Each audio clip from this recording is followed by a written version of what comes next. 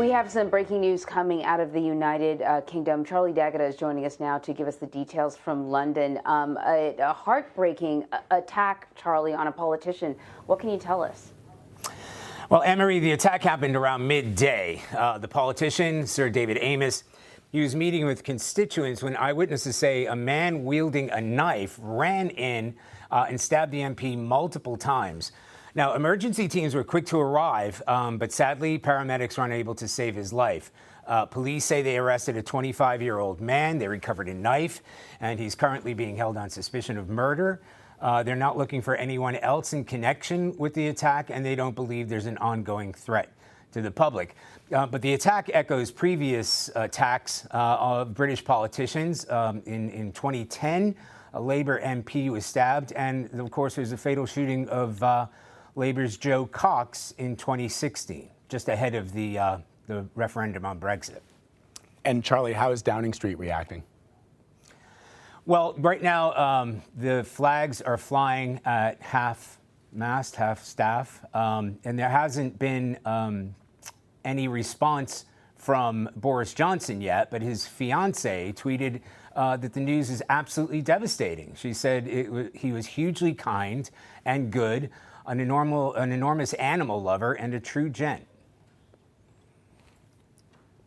Charlie, can you give us a little more insight into Sir David Amess, his politics, whether or not anything he would have said or done would have made him a target, or the area that he represents? I mean, everything that I've read seems like he's a well-liked politician. Yeah, he is or was well-loved. I mean, the tributes have been pouring in. Sir David Amess, 69 years old, a member of Parliament, father of 5. And as you said, not really a polarizing or a controversial figure. He has been outspoken about antisocial behavior and specifically knife crime.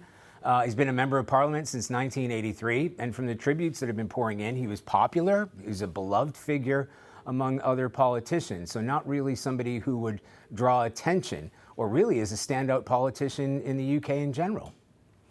You know, what's troubling, Charlie, is that Sir David was holding a meeting, or scheduled to hold a meeting, with his constituents in Essex, and this is where this happened. So it wasn't in London. It was where he was doing the business of the people, trying to meet with folks, that this attack took place. Yeah, well, that's exactly right. You know, they put themselves in a vulnerable position because the way it works here, they call them surgeries, where the members of Parliament, the MPs, will meet with their local constituents. And in this case, it was at a Methodist church in Essex, about an hour and a half, 2 hours east of London, specifically to meet the people that he wants to help the most. And this is where the attacks on other politicians have been taking place.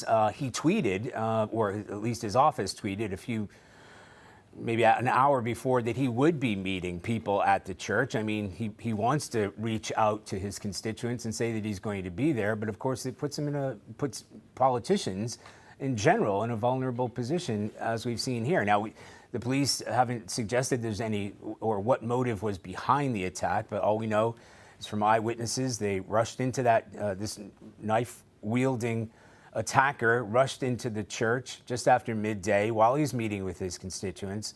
He was stabbed multiple times. The police were quick to arrive. They arrested this 25-year-old on suspicion of murder, and the paramedics were there too. An air ambulance was there quickly too, and paramedics tried for more than an hour to try to save his life, but sadly the injuries were just too bad.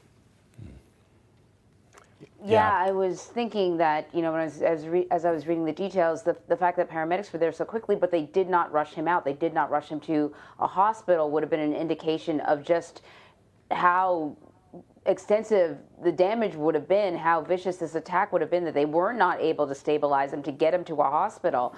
I suppose there are few details about what happened, if there were people in the room, or how many people were in the room, and whether or not, the suspect stayed there, or was the suspect detained by the others in the room, or do we have any other details about what happened there?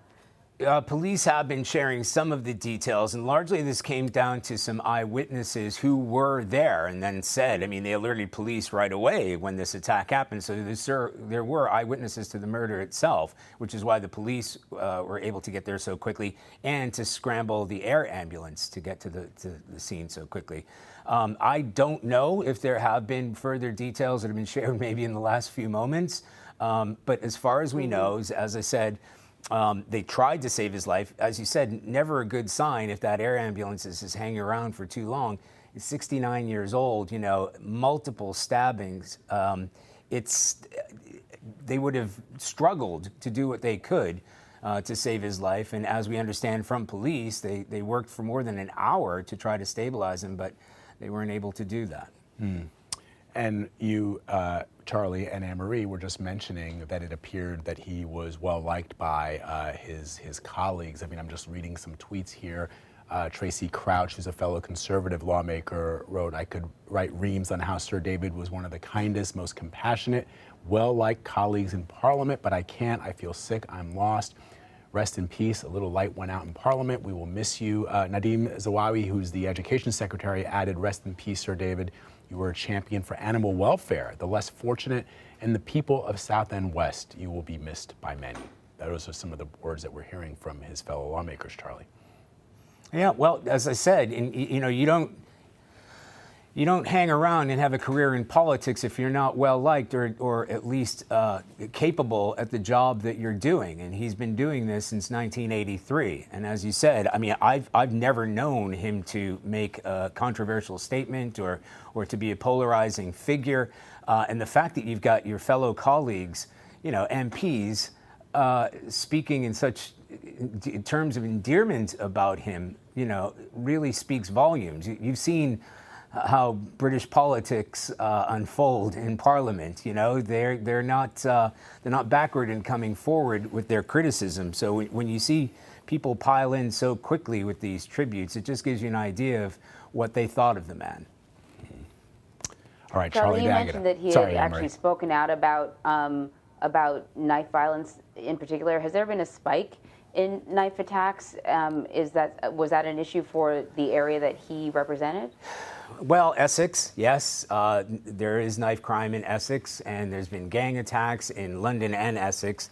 So it has been a hot button issue, and that in addition to speaking out about antisocial behavior, you know, we're talking essentially about a criminal element. So yes, I wouldn't say it's necessarily rife, but it is one of the hot spots in any of the urban areas. But it was something that he cared about very deeply. You know, we have seen there are terrible knife crimes, a history of knife crimes and stabbings, specifically in London, but in other areas around the country. And it has been addressed repeatedly by this government, including Sir David Amess himself. And we just see that Theresa May has tweeted. I think we have that tweet. We'll show that to our viewers before we wrap it up here. At least I'm told we have the tweet. There we go. So here you go.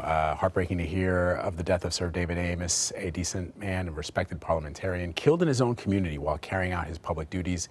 A tragic day for our democracy. My thoughts and prayers are with David's family.